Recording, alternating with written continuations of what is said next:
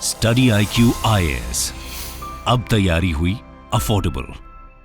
नमस्कार दोस्तों, क्या आपको पता है कि कल श्रीलंका ने एक बड़ा कदम लिया है ताकि वो अपने इकोनॉमी में सुधार कर सके। और यहाँ पर आप देख सकते हो, बताया जा रहा है कि श्रीलंका ने भारत को वीजा फ्री एंट्री दे दिया। और सिर्फ भारत को नहीं, 6 और देशों को ये दिया गया है, वो मैं आप लेकिन इस वीडियो के अंदर हम डिटेल से जानेंगे कि एग्जैक्टली हो क्या रहा है। श्रीलंका आखिरकार ये फेवर क्यों कर रहा है, क्या प्रॉब्लम है, उसका टारगेट क्या है ये वीजा फ्री एंट्री देकर, और वीजा फ्री का मतलब क्या है। मतलब श्रीलंका ने ये जो वीजा फ्री एंट्री किया है, क्या हमें वीजा लेने की आवश्यकता नहीं होगी, क्या होगा वो भी मैं आपको बताऊंगा। चलिए आगे बढ़ते हैं, लेकिन उससे पहले ध्यान रखिएगा, आप में से जितने भी लोग यूपीएससी की तैयारी कर रहे हैं दोस्तों, let me tell you, Dussehra sale चल रहा है जो कि आज एंड होगा। इसके तहत आप सबसे कम दाम पर हमारे जो बैचेस हैं उसको अवेल कर सकते हैं by using the code Ankit live. सबसे कम दाम पर, चाहे वो प्योर इंग्लिश का बैच हो, प्योर हिंदी, इंग्लिश, अलग अलग वैलिडिटी के साथ, तो ये आप ले पाएंगे ताकि आपकी जो तैयारी है वो पुख्ता तरीके से हो सके। और इन सारे बैचेस में मैं आपको बता दूं, प्रीलिम्स, मेंस, इंटरव्यू सब कुछ तैयारी कराया जाता है। और इसके अलावा अगर आप एमसीक्यूज अटेम्प्ट करना चाहते हैं तो मेरे इंस्टा पेज पर जा सकते हैं, वहां पर स्टोरीज में जितने भी एमसीक्यूज हैं उसको आप अटेम्प्ट कर पाएंगे। चलिए शुरुआत करते हैं और सबसे पहले ये देखते हैं कि एग्जैक्टली हुआ क्या है। देखिए, श्रीलंका की कैबिनेट ने कल जो है खबर आई है कि फ्री वीजा कर दिया है भारत के लिए और 6 और देशों के लिए। बेसिकली यहां पर आप देख सकते हो, अली सबरी जो कि फॉरेन मिनिस्टर हैं श्रीलंका के, उन्होंने इसके बारे में बताया, ट्वीट किया और कहा कि भारत के साथ साथ China, Russia, Malaysia, Japan, Indonesia और थाईलैंड, इन सभी देशों को, मतलब टोटल 7 कंट्रीज को अगले साल 31 मार्च 2024 तक के लिए, अभी ये अनलिमिटेड नहीं है, मतलब 2024 31 मार्च तक के लिए ये पायलट प्रोजेक्ट चलाया जा रहा है। तो श्रीलंका इस पायलट प्रोजेक्ट में देखेगा कि क्या वीजा फ्री एंट्री करने से क्या यहाँ पर जो तादाद है टूरिज्म की, जो टूरिस्ट जो आते हैं, क्या उनकी संख्या बढ़ पाती है कि नहीं, क्योंकि इस समय श्रीलंका बहुत बुरे दौर से गुजर रहा है, वो भी मैं आपको आगे बताऊंगा। लेकिन यहाँ पर आप देख सकते हो कि मार्च के महीने में इसी साल जो श्रीलंका के फॉरेन मिनिस्टर हैं अली सबरी, उन्होंने बताया भी था कि भारत के साथ काफी अच्छा रिलेशंस है and it is one of the most important in our foreign policy. और यहां पर मैं आपको बता दूं कि वीजा फ्री एंट्री का मतलब यह नहीं है कि आपको वीजा लेने की जरूरत ही नहीं पड़ेगी। वीजा लिया जाएगा, वीजा आपको लेना होगा एंट्री करने के लिए, लेकिन यहां पर जो वीजा का चार्ज होगा ना वो फ्री होगा। तो वीजा फ्री एंट्री का कहने का मतलब यह है कि यहां पर आपके लिए जो वीजा है वो फ्री ऑफ कॉस्ट में होने वाला है, कोई भी चार्ज उसके लिए आपको देना नहीं पड़ेगा। मुझे एग्जैक्टली पता नहीं है पहले कितना चार्ज होता था, लेकिन जो भी होता होगा, 8,000, 10,000, 15,000, जो भी होता होगा, अगर आप में से कोई लोग गए हैं तो डेफिनेटली मुझे बताइए कमेंट सेक्शन में। तो ये फ्री ऑफ कॉस्ट यहां पर कर दिया जाएगा।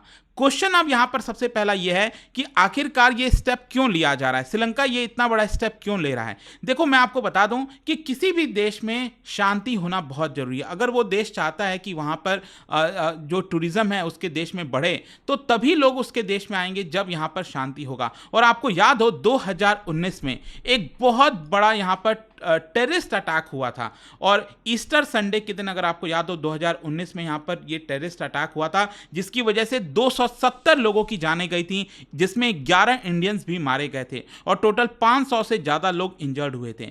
तो उसी के बाद से 2019 में जो टेररिस्ट अटैक हुआ ना श्रीलंका के ऊपर, उसके बाद से अगर आप देखोगे जो टूरिज्म की संख्या है वो लगातार कम होती गई है, क्योंकि ज्यादातर लोग यही सोचते हैं कि कोविड का इंपैक्ट होगा। और रिसेंटली जो क्राइसिस चल रहा है श्रीलंका के अंदर, देखो ऐसा नहीं है, यहां पर टेररिस्ट वगैरह अटैक को रोकना बहुत जरूरी होता है। और इसी ने एक बहुत बड़ा धक्का दिया श्रीलंका को, जिसकी वजह से अचानक से बहुत सारे जो टूरिज्म की संख्या है, जो टूरिस्ट की संख्या है, वो काफी तेजी से कम हो गई। और इसके बाद आपको यूजुअली भी पता होगा कि श्रीलंका आजादी के बाद से कभी भी अपने आप को संभाल नहीं पाया। मतलब इकोनॉमिक टर्म्स में आप देखोगे तो कोई बहुत स्ट्रांग नहीं रहा है। 1948 में जब से ब्रिटेन से उसको आजादी मिली है, तो अक्सर समय समय पर वहां पर इकोनॉमिक चैलेंजेस देखने को मिले हैं। लेकिन अभी प्रेजेंट में जो चैलेंजेस है वो और भी बड़ा है, क्योंकि पॉलिटिकल टर्मोइल आ रखा है। आपको याद ही होगा पिछले साल किस तरीके से जो प्रोटेस्टर्स थे, उन्होंने जो राजपक्षा हैं, जो राष्ट्रपति थे राजपक्षा, उनको गद्दी से हटा दिया। और आपको पता ही है कि इस समय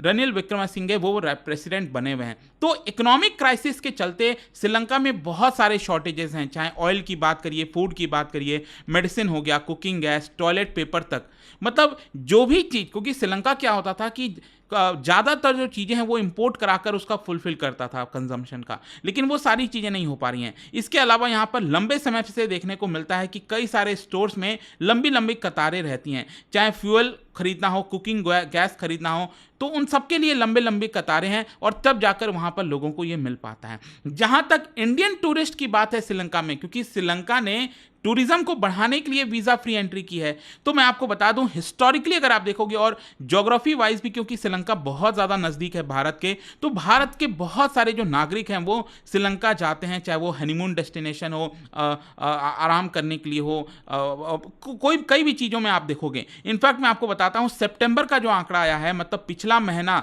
सितंबर में अगर आप देखोगे जितने भी टूरिस्ट गए थे ना, इंटरनेशनल टूरिस्ट श्रीलंका के अंदर, उसमें लगभग 26% संख्या भारतीयों की थी। लगभग 30,000 के आसपास 30,000 के आसपास भारतीय गए थे सितंबर के महीने में, और 26% ये काउंट करता है ओवरऑल अराइवल में। और जहां तक चाइनीज टूरिस्ट की बात है, मैं आपको बता दूं चाइना के जो टूरिस्ट हैं वो सेकंड नंबर पर आते हैं श्रीलंका में, और वो लगभग 8,000 के आसपास गए थे। लेकिन ओवरऑल अगर आप देख सकते हो यहां पर कि चाइना से भी कहीं ज्यादा जो टूरिस्ट हैं वो भारतीय होते हैं जो श्रीलंका के अंदर जाते हैं। तो अगेन भारत बहुत इंपॉर्टेंट एक तरह से कंट्री बन जाता है श्रीलंका के लिए, ताकि और ज़्यादा टूरिस्ट भारत से आएं। और इनफैक्ट मैं रिसेंटली देख भी रहा था कि सोशल मीडिया वगैरह पर अगर आप देखोगे तो इन्फ्लुएंसर्स के माध्यम से भी श्रीलंका कहीं ना कहीं कोशिश करता है, रोड शोज कराता है, ताकि वो श्रीलंका का ऐड कर सके, प्रचार कर सके, ताकि ज़्यादा से ज़्यादा जो भारतीय हैं वो श्रीलंका को एज अ टूरिस्ट डेस्टिनेशन मान सके। वैसे मैं आपको बता दूं ये जो स्टेप लिया गया है श्रीलंका के द्वारा,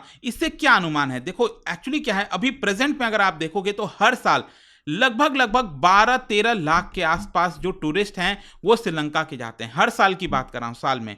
और यहां पर रिसेंटली क्या हुआ था कि पहले श्रीलंका ने जो टारगेट सेट किया था 2023 का, कि 2023 में हम चाहते हैं कि 1.5 मिलियन, मतलब 12 लाख से बढ़कर 15 लाख लोग जो टूरिस्ट हैं वो श्रीलंका के अंदर आए। लेकिन ये वाला जो स्टेप लिया गया है वीजा फ्री एंट्री से, इससे जो टारगेट है वो 2 मिलियन विजिटर्स का कर दिया गया। मतलब अब ये लोग चाहते हैं, श्रीलंका चाहता है कि जो उनका टारगेट है कि 20 लाख जो टूरिस्ट हैं वो श्रीलंका के अंदर आ सकते हैं, क्योंकि उन्होंने वीजा फ्री एंट्री किया है। और आगे चलकर लंबे समय में इनकी संख्या लगभग 5 मिलियन के आसपास भी हो सकती है। तो ये एक बहुत ही एम्बिशियस टारगेट है जो कि श्रीलंका यहां पर कोशिश कर रहा है अचीव करने का, बट वो देखना होगा कि कितना वो अचीव हो पाता है। देखो जहां तक भारत के पर्सपेक्टिव से बात है, भारत के लिए तो अच्छी बात है कि यहां पर वीजा फ्री आपको एंट्री मिलेगी, ज्यादा से ज्यादा टूरिस्ट भारत से और श्रीलंका के अंदर जाएंगे। लेकिन इसके साथ साथ अगर हम रैंकिंग की बात करें, क्योंकि आपने सुना होगा एक रैंकिंग होती है, इंडेक्स होता है जिसका नाम है हेनले पासपोर्ट इंडेक्स, जिसके तहत अगर आप देखोगे भारत का जो रैंक है वो इस समय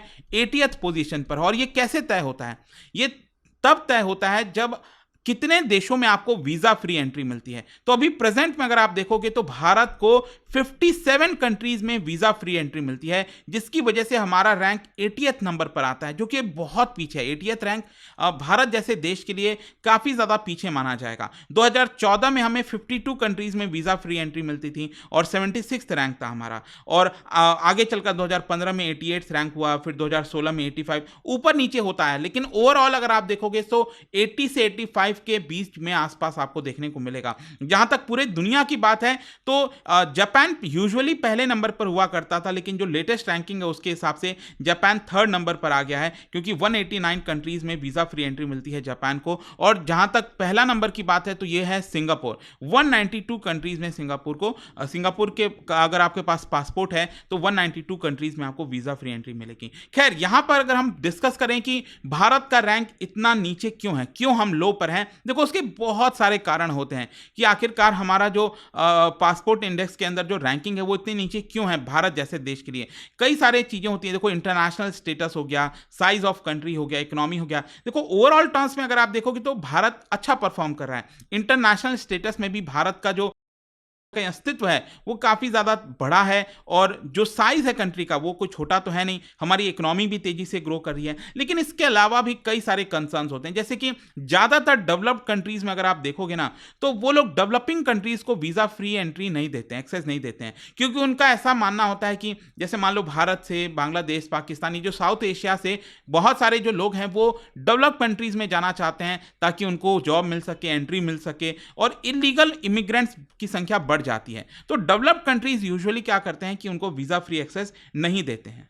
फिर इसके अलावा यहाँ पर एक और इंटरेस्टिंग चीज है जो आपको पता होना चाहिए कि आपका पड़ोसी देश कैसा है। जैसे कि मान लो अगर हम भारत की बात करें, भारत अच्छा परफॉर्म कर रहा है, उसमें कोई डाउट नहीं है, लेकिन हमारा जो पड़ोसी देश है जैसे पाकिस्तान हो गया, बांग्लादेश हो गया, अब क्या होता है कि मान लीजिए हमारे पड़ोसी देश से कई सारे लोग भारत के अंदर एंट्री पालें और फिर भारत से वो दूसरे देश जाने की कोशिश करें इलीगल तरीके से, तो इसकी वजह से भी मतलब आपका देश किन देशों के साथ है, आपके पड़ोसी देश कैसे हैं, उसके ऊपर भी काफी हद तक निर्भर करता है कि कितने देश आपको वीजा फ्री एंट्री देते हैं कि नहीं देते हैं। और कहीं ना कहीं ये सारे कारण हैं जिसकी वजह से भारत का रैंक आपको लो देखने को मिलेगा। खैर यहां पर आई होप कि इस वीडियो में ये इससे रिलेटेड जो खबर आई थी, जो भी है आपका free entry access for Indian, वो आपको समझ में आ गया होगा। और जाने से पहले एक इंटरेस्टिंग क्वेश्चन यहां पर आपको बताना है कि मान लो कोई भारतीय व्यक्ति है, वो भारत का नागरिक है, लेकिन वो लगातार कितने साल तक अगर फॉरेन कंट्रीज में रहता है तो उसकी नागरिकता हट जाती है, छिन जाती है, वो उसकी नागरिकता लॉस्ट हो जाएगी, सिटीजनशिप।